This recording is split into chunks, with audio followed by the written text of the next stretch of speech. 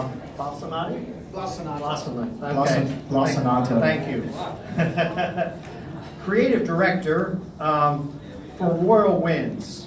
Miles is a passionate individual. He's had an opportunity to work with some of the most talented people in the business. He's worked on titles like God of War, Heavy Rain, and Destroy All Humans. I have to check that one out. Yeah, it's a good one. He believes great games are made by great teams, and Royal Wind is the company he works for. Then to his right, we introduced him earlier this morning for those of you that were here. Dr. Sudhir Kale is a PhD and founder of CEO Game Plan Consultants. His business offers high-level consultancy and training to the gaming establishments all over the world. He's an honorary professor of marketing at Bond University and a senior consultant to the clubs in Australia through Bullseye Services. And furthest to my right is the CEO of Punt Club. Jason is the founder of social sports betting startup Punt Club, a web and mobile platform that lets people run their own punt clubs online without any administrative effort.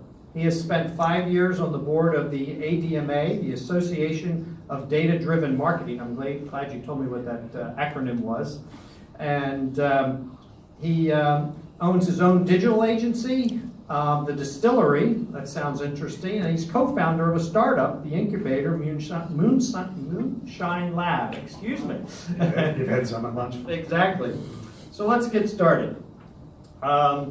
The panel is about the next generation of customers.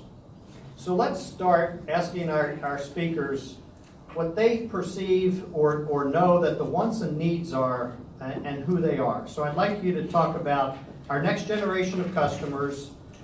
What are their wants and needs, and how do you break into this new market?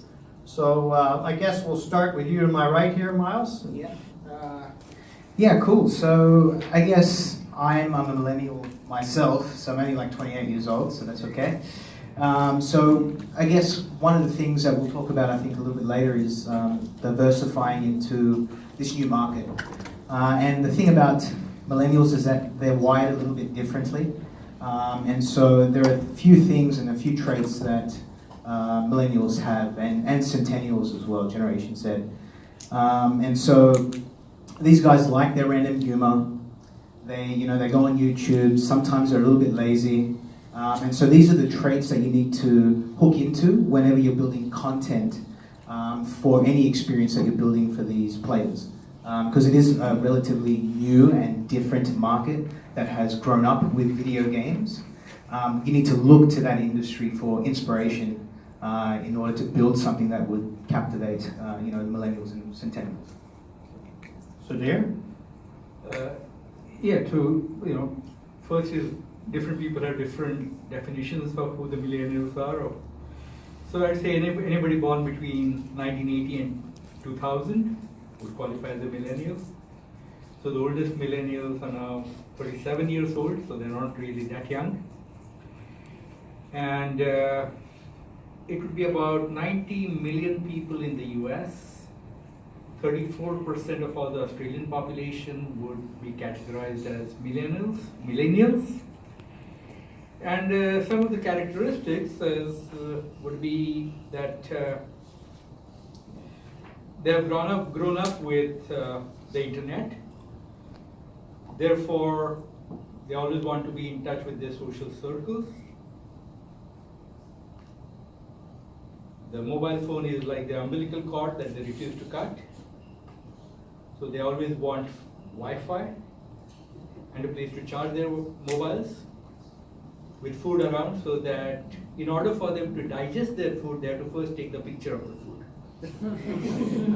Otherwise they cannot digest it.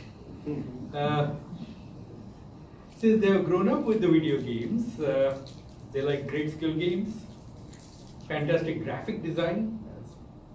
I think the two of our participants here on the panel would attest to. Constant social interactions. And in terms of how it applies to the gaming industry, some kind of a monetized extension of the video games with high graphic, high buzz that they have become accustomed to. So that's the way I would characterize this group. Jason, what's your perspective? I'm certainly not a millennial. I'm well north of that. But we've done a bit of work with Sky City Casino Group, trying to look at how we get more of the millennials into the building. And part of the challenge, I think, is a lot of the way that, perhaps less so casinos, but certainly clubs and poker dens and the poker rooms and pubs are set up, is so not conducive to what millennials want to do or be seen doing. And I've even heard, when we sort of take some anecdotal evidence, that there are those places where the people speak through their cigarette tracheotomies, and that is just, they cannot relate or associate with that kind of experience at all. So they're looking for, even in a casino sense, as much about entertainment and wine, dine, food, live music, and now tournament-based or event-based stuff like the esports, which is coming in. So anything you can keep the the attention deficit disorder in track. Just the entertainment and the social experience is what they're after. Yeah, sorry. Go ahead. Go. I just want to add too, right? Because we throw a lot of millennials out a lot. I just want to say that I think that the millennials, when you think millennials, it's the people that grew up with the digital age. Yeah, that's really what it is to me. So it's if you were there before the digital age and then saw the digital age, then you can call yourselves millennials, right? Because you understand how that works. And the reason why we say millennials are lazier is because they grew up with digital age, right? They can consume a lot of content on the go through the internet. And so this manual way of doing things like buying albums, it just doesn't happen anymore. And that's really what it is. And so you need to tailor what you do to the digital age. That's really what I feel like a millennial kind of is today. Go ahead, Jason. Come over to my place and we can all stare at our phones. Let's do it. But I know I had a revelation when I've been teaching at the university for 22 years, and there was a day I woke up and realized that some of the students at some point had never lived their life without the internet. Early on when I started teaching, some of them had grown up without the internet, but there were students now that's all they know is the internet. But let's talk a little bit about some. This morning there was some talk about skill gaming to attract and entice young players. So my question is, do you think that is a possibility? And if so, why? I mean, because I think the verdict's not out there. There's been some articles that have been positive as well as negative on that. So what's your thoughts on skill gaming as an attraction to these young players? Who wants to stab first at that one? Jason, go ahead. And this is, again, anecdotal. I don't have the experience of the gentleman next to me, but I just think that the idea of sitting there and letting the house decide whether you're winning or losing and you're literally just rolling the dice is less appealing than having some control over your own destiny in a general human sense, I think, not so much just for millennials. Millennials themselves got a bad rap. I don't know if it's anything specific to them, but I think there's a general trend towards games that you can have some control over your own destiny, even if there is an element of chance still involved. Let's go to the academic and then to the millennial. We'll go that way. Awesome. Yeah, definitely there needs to be that element of control. But more than control, I think, in contrast to the previous generation, where they were consumers of products and experiences, I think the millennials like to be co-creators of products and experiences. That being the case, even traditional marketing tactics, they don't respond very well to. They like two-way communication. In terms of the experience, they like to co-create. And unless there's some element of co-creation, they don't really find that activity particularly enticing. Miles? Yeah, I mean, I guess both hit it on the head, right? It's like we don't. So another trait, I talked about laziness as one trait. The other trait, and I'm all for this as well, is being risk adverse. Yeah, they don't like to take a lot of risks because millennials grew up in the digital age, where a lot of things have been done already. A lot of inventions have been made already as well, and so they want to make sure that from the little amount of money that they might have studying, or even just working a part-time job on that investment. Yeah, and so putting in $10 into a slot machine, knowing very well that the RTP is not in your favor, it's something that's not appealing to us. So having a game that's based on skill, you get two things from that. You get one is you're learning a new skill. Yeah, so it helps you in being a bit more active in what you do, and it helps you learn something rather than putting in a coin into a slot machine and learning nothing. Yeah, and then B, it's putting in money into a game where you can try and game the game. It's a weird thing, but that's the other thing that millennials have too, is that they like to get one up on the man. Yeah, and so you almost can use this to an advantage where you put in systems that are carefully crafted to make them feel as though they're getting one up on you, but actually you still one up on them. Yeah, it's just this constant kind of battle between the two. Yeah, if I may just add a bit about the risk averseness of millennials. I think it's the first time in the history of developed nations, if I may, that the millennials are going to be living worse off than their parents. And I think that's where a lot of risk aversion comes from.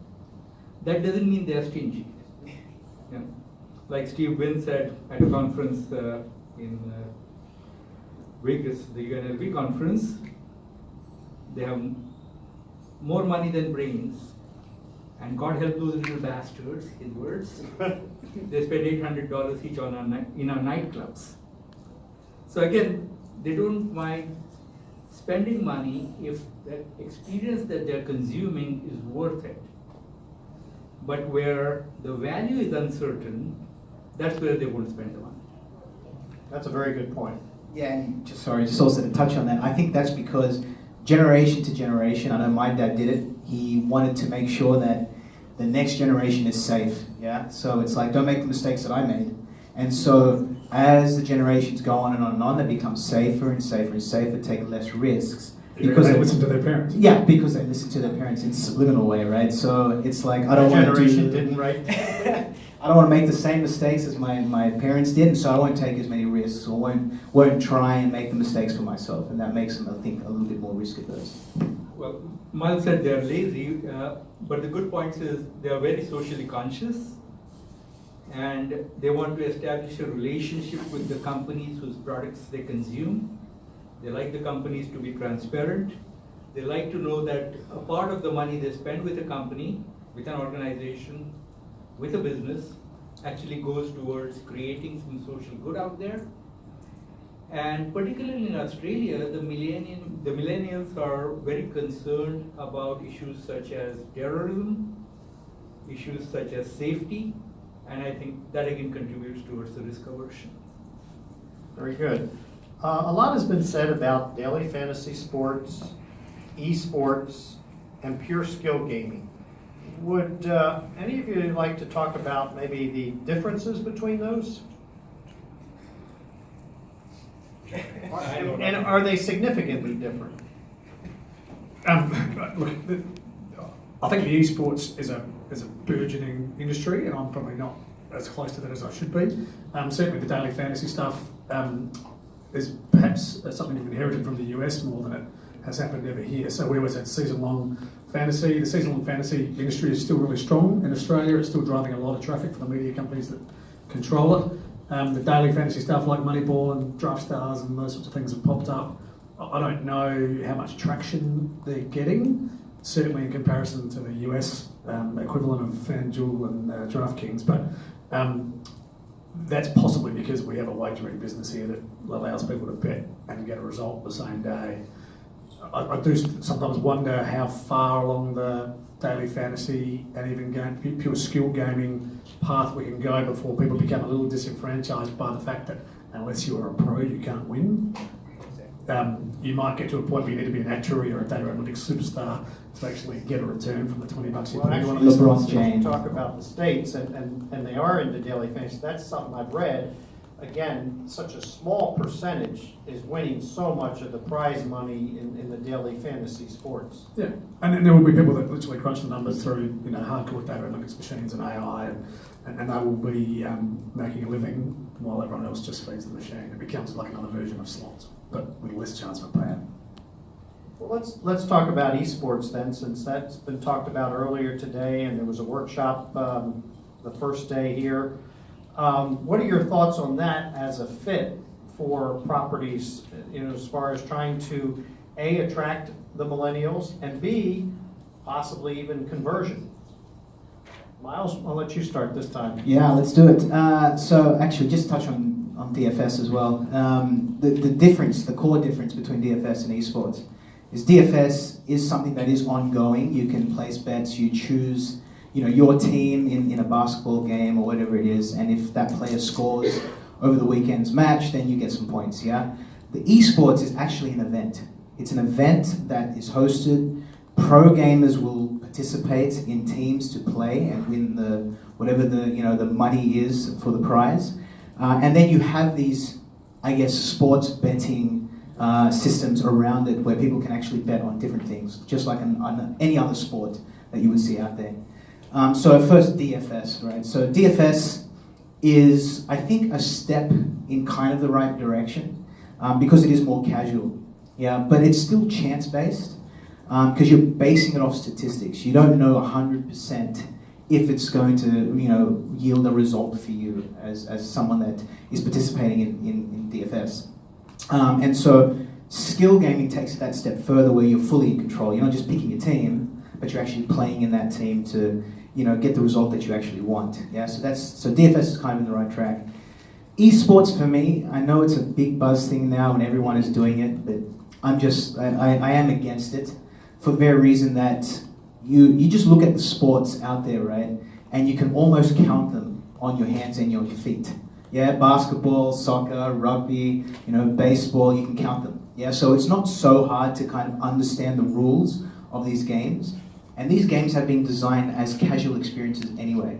Soccer, get the ball into the goal and, you get a point, yeah? Whereas when you look at esports titles and experiences like League of Legends, like Dota, like, Super Smash Brothers, all of these experiences are very, very, have a lot of layers to them. There's a lot of depth to them. And unless you actually play that game and have experience with that title for a certain degree of time to fully understand it, you will be totally lost watching one of these esports, events. And so you actually have not seen, the biggest was EVO, right? So EVO 2017 was the biggest esports event. And there was something like 10 different titles in that event, right? It's not just a soccer thing or a football thing. It's a Dota, League of Legends, Smash Brothers type of thing. There was 10 different experiences there that you had to understand and go and bet on the different participants. Then it's not like watching LeBron James or Michael Jordan. It's watching a player that you might not necessarily be familiar with, so you don't know if they're any good or not. So I just feel like the people betting on esports is not going to be a huge amount. And it's something that's very niche already. And then being a pro gamer and being part of an esports thing is also very niche because there's not a lot of players that are really that good to be able to participate in some of these events. And so for me, moving forward in terms of the casino industry, you need to tailor the experience to the mainstream and not the core. It's like mobile players versus hardcore gamers that grew up with Xbox, PlayStation, playing Final Fantasy. Yeah, you don't want to target those guys because that's very niche. You want to target the casual players, the guys that like soccer, the football, games like Candy Crush.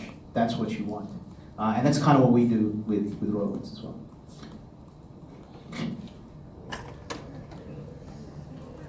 Yes, so with regards to your question about how to bring them into the casino environment and how to adapt our products, I think a good parallel would be between golf and Topgolf in the US, where it's part amusement center, part food, part social connection, part nightclub.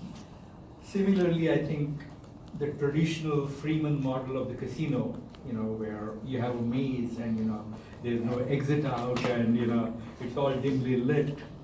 I think those days are passé, and the millennials like open spaces, they like community games, they like interaction a lot in terms of with other like-minded people when they're actually engaging in gambling. So there are modes to gambling, they are averse to this solo pursuit of the old ladies game, as they refer to the slots. If you connect gambling with social activity, with community, with communication, then I think it will succeed. Yeah, and I think also the where esports might contribute to traffic and millennial traffic in a casino environment is where it becomes an event. And there are some of these events that will host 10, 20, 30,000 people. They're already kitting out Etihad Stadium in Melbourne for an event that the AFL is planning at some point coming soon. So if you can attract those kind of tournaments, I suppose, to your venue, you might get a few thousand people come along just to watch the tournament in the same way they come to watch a concert. So by then, you're just going to try and convert them to filter back through the floors or provide some other, skill-based gaming or video-based gaming sort of technologies to turn the dollar. Doug, you might remember 25 years ago, everybody was lamenting about the death of table games. Yep. Okay, and slot was the king. And the millennials hate slots with a passion, but they do warm up to table games. Part of it is because there is the community spirit. When you're playing table games, they'll usually come with their friends. And secondly, the movie industry has done a lot to keep table games alive. That has partially contributed to the popularity of poker, which millennials really take to like a fish does to water. And they're also interested in blackjack and roulette. Absolutely, and I'm on a panel tomorrow afternoon and talk about it then. But so we had some events that the conversion to table games and to horse racing was more successful than the slot machines. Well, let's segue with what Jason said to, we're talking about marketing to the next generation, and he talked about events. But if we look at diversification strategies, what would you suggest is available and useful moving forward, when we look at trying to attract the next generation of customers? Jason, you want to start at the other end? We'll come back. I think. Look, I don't know that millennials or more broadly consumers these days are particularly loyal to one venue, brand, or anything else. I think as long as you can keep providing content and entertainment that's relevant and deliver messages about that entertainment in a timely manner, you'll get them along. But I don't think that there's necessarily an idea that you can acquire a customer and then expect them to rock up every weekend. So do you? Yeah, in terms of diversification, I think they really warm up to prizes that can be communally shared. So for example, if you are in an integrated resort, instead of winning $100, if you give them a voucher for, here's a bottle of champagne you can redeem at the nightclub, they'll value that a heck of a lot more. Also, like I said, the co-creation is a huge part of their life. They don't want to be passive consumers of entertainment. They want to say in terms of how that entertainment is defined in terms of them achieving their objectives. Hence, I think greater control in terms of the games, more open spaces for them to move around, greater involvement with in terms of their peers, in terms of whatever that entertainment is about, and high-level graphics, buzz going around, and of course access to mobiles 24/7. Miles? Yes, I just want to make sure that I got the question right. So it's diversifying and breaking into this new millennial. Yeah, what kind of strategies that Yeah. you would suggest would be useful moving forward? Yeah, so I actually did a little bit of research. So let's have a look. So we use the concentric diversification strategy. What does this mean? This means that you take an existing industry and borrow from them to try and break into this whole new market. Yeah. So traditionally, millennials, centennials are, microtransaction kind of players. Yeah, so they spend a little bit here and there for entertainment and not actually, to gain any type of return from their investment. And so for us, using Concentric, we actually borrowed from the video game industry. So we came from a video game background. We built video games previously. And then they brought on people like myself and, our art director, our art team. A lot of the guys that we work with are from the video games industry. and we try to make sure that we hire people in that kind of millennial, centennial age group, just so that we kind of can be in tune with what these guys are, engaging with in terms of experiences they like to play. So I guess from that type of angle, yeah, it's concentric. You want to borrow from somewhere to help at least as a starting block to break into this new market. And so I feel like video games is somewhere where you need to look at. Let's talk about, again, if you're diversifying your strategy, and I know I've talked to some operators, and you want to try to attract new people, whether it be the next generation or new customers whatsoever. I know some operators are concerned about, you don't want to offend or alienate your current core customer when they're providing you such a huge percentage of your business. So, any thoughts on managing that? I think just in a marketing sense, if you look at loyalty programs and acquisition strategies, any existing customer gets offended when a new customer is offered something better, bigger, or more valuable. So that should be just a one-on-one case of avoiding those situations. But because the customers you're trying to attract now like different things, that should be pretty easy to avoid. You should be able to use promotional strategies and offer the tournaments or events that will attract a new group of people without alienating or offending your existing customers. I don't think that should be a massive challenge. Any concerns either of the other of you have? Yeah, I think that is a very serious issue. I do a fair bit of work with all the clubs around Sydney, and in my focus groups, invariably our quote-unquote good customers complain about Friday nights and Saturday nights when the millennials come in. They stand around the slots area but hardly ever bet. Their language is foul. They drink a lot because the clubs have the lowest prices on drinks. The only way to get elected to the board of a club is to assure the members that we'll keep the beer prices down. Okay? So I think that's become a very serious issue in terms of alienating the existing customers. The way to get around that is probably to segment the market better. Like, some of the automobile garage shops do it, like if you come in on a lax day, then you get a lower price or something like that. There are, certain times of the day during the daytimes when most of the people are working, the older people can come in and get their car oil changed at a lower price. So something like that needs to be done, or to have separate spaces for the millennials and the 59-year-old ladies who basically get into the zone, sit in front of their slot machines, and they don't really like that interaction.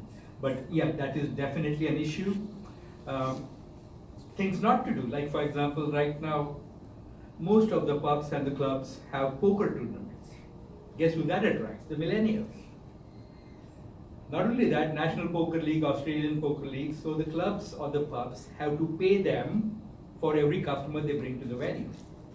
Not only that, once the millennials come to the venue, they are given a free voucher for meal or drinks. So they don't spend any of their money. What they do is they block up the parking lot so that the good customers, those 69-year-old ladies in a wheelchair, they have to park a mile away, and they're totally pissed off. Yeah. So I wouldn't underestimate this problem. It won't be around for very long. Yeah, it's a big problem. There's an article written, I can't remember if it's like late last year, early this year, but they said that 80% of millennials that walk into a land-based casino have less than $100 on them. Yeah, 80% of millennials have less than $100 on them. And the things that they engage with most is drinking, going to the bars and clubs. You only have to go to Star Casino at the Lily's Lounge, and you can see it on a Saturday night that it's filled with millennials. Yeah, so they actually go to these places not to participate in slots or blackjack or any of these other chance-based games. They actually go there just to party a little bit. And so, yeah, I think you're right with segmenting it. You can't have a casino like Star alienate the people that they built their brand on. That has to always be there. Yeah. What you need to do is create almost a separate brand, I think, that tailors to the millennials. Yeah. So almost, I guess, a separate Star. Yeah. That's almost like an arcade. I was overseas a few months ago, and there was in Geneva, and there was I guess a bowling place, I don't know. But they had arcade machines, you could play bowling. The venue itself as well, like you need to tailor the venue to something that millennials find, attractive or engaging. And so something like a traditional casino already has stigmas to it, that millennials really only go there when they're like with their friends saying, yeah, let's spend $10 here, and just go to the club and drink. And that's why I think Marquee is doing okay, because of that type of thing. So. And that too only after they are totally drunk. Miles, I'll warn you, if you go to Vegas clubs, you better have a lot more than $100 in your pocket, as you alluded to earlier. If there's school games, then okay. I'll start with you, Miles, on this next question. Let's talk about creating relevant content. As electronic mail marketing, does that still work? And if you're using social media, how do you choose the right channels? What kind of call to action do you make as you're looking, again, to this new market? Yeah, that's a good one. So, okay, let's address the first question. I guess the first thing for us, in terms of choosing the social media that is good to work with, you need to make sure that everything is still relevant in terms of the content that you put up. Yeah. So there is a YouTuber called PewDiePie. He is the #1 YouTuber out there in the world. Yeah. What content does he put up on his channel? Video game Let's Plays. What is a Let's Play? He plays a game and comments over the top of it. And he is the most paid and the most subscribed YouTuber on YouTube. Yeah. And so it's the same thing. It's about the content. So you need to create content that is in tune with the culture of millennials and centennials. And so you got to pick the right channel and the right content for each one. So for us, I wrote a couple of things down. So for Facebook, because it does have a lot of tools for advertising, video posts, and interaction tools, Facebook is what we use primarily for acquisition. It's good to get people interested. Advertising is really good, and metrics is really good on Facebook. And then we put up videos, because videos is something that with Facebook now has actually boomed. Facebook Live is going really well for them. And just the idea of being able to scroll through your newsfeed and just see videos in silent and just watch them is something that millennials like to do. They like gossip. So they'll just scroll through their newsfeed and see it all. Yeah, so Facebook is good for that. Instagram for us we found was not so good in terms of acquisition. It's better for retention. These are people that like the content that you already put out and they want more of it. Yeah, and so that's what we use Instagram for. So we do things like people that have cashed out, we put them in the spotlight. This person won this much. You could probably win this much too. Play our game, and this is how much they've won. And we get a lot of comments and a lot of likes. And actually, in a week, just from changing our strategy to something like that, we saw a 300% increase in the amount of followers we actually had on Instagram. And so, yeah, picking and choosing the right channel and then the content to put on that channel is super important. And you want to make sure that it's an omni-channel solution as well, which I'm sure we'll talk about it later. What I found is that most companies, when they make the transition from the traditional media to social media, still do it in the form of broadcasting.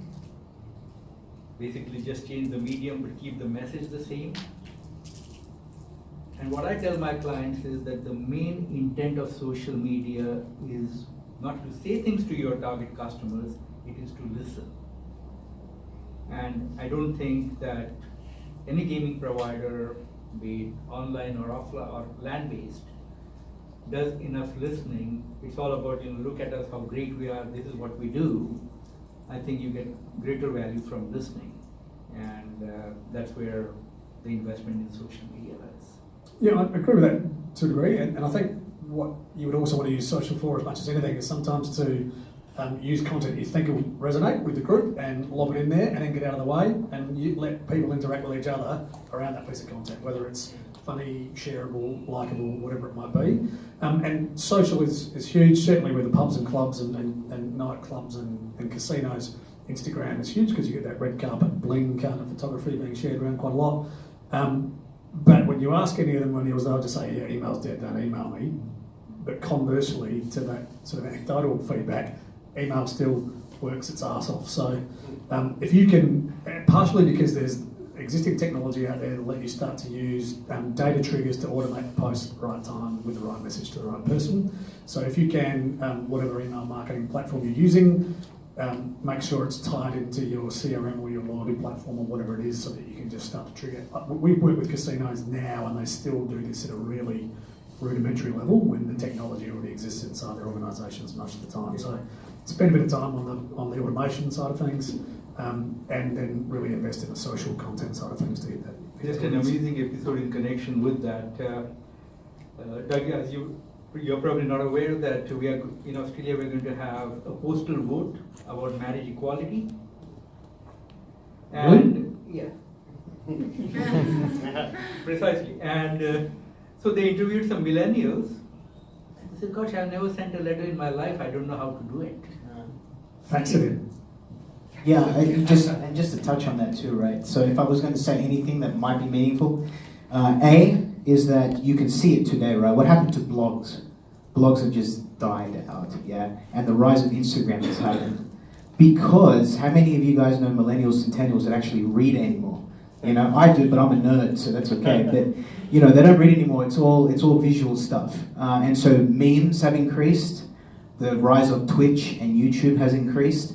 Video and visual content is what millennials like because they don't want to spend the time reading a bunch of stuff. It's just not for them. And it's the same reason why I feel like esports, again, is something that is hard for me to get into because of all the statistics. I just go to the TAB and go to bet in the Melbourne Cup and I'm just like, what does all this stuff actually mean? You know, just give me a meme with, you know, The Rock or Sylvester Stallone saying something weird, and then I'm good. I'll bet on that. You know, so that's kind of what it is. And then again, just for EDM, really quickly, you can still do EDMs. EDMs are fine, yeah. But remember, one of the traits of millennials is they're risk adverse, yeah. So if your EDM is already trying to kind of, I guess, swindle them, yeah. You know, read this and get like 30% off of whatever we have to sell to you. They're not going to really read it that much. But if you do it in a way that is kind of honest, you know, for Mother's Day we did an EDM campaign. We sent out an email. It didn't have anything like get 30% off or win prize or anything like that. It's just like, you know, Mother's Day, celebrate for your mum. And they clicked on it. They click on a link that takes them to a website where they actually play an interactive game, it's like a hidden object game. And if you find all the objects in the game, then you win a prize for your mum. Yeah, and that's something that is honest and it resonates with them. You're not trying to swindle them because, again, they're risk adverse and they know when you're trying to cheat them out of something. So you want to make sure you don't do that either for EDMs. Miles, when the Melbourne Cup comes around in November, just talk to Jason and I. We'll give you a hand there. Okay. But those were all really good comments. We probably have maybe a minute or two for an audience question. So let me throw this out to the audience. How about a question? We've got a really diverse panel here. Couldn't be any more diverse. We really have one of the more diverse panels. We need you up here on this panel to really fully diversify it. That's fascinating. How about a question? We've done a great job, man. That's right. Yeah, I think you definitely answered. Yeah. All right, well, let's thank our panelists. We really had quite a variety of perspectives.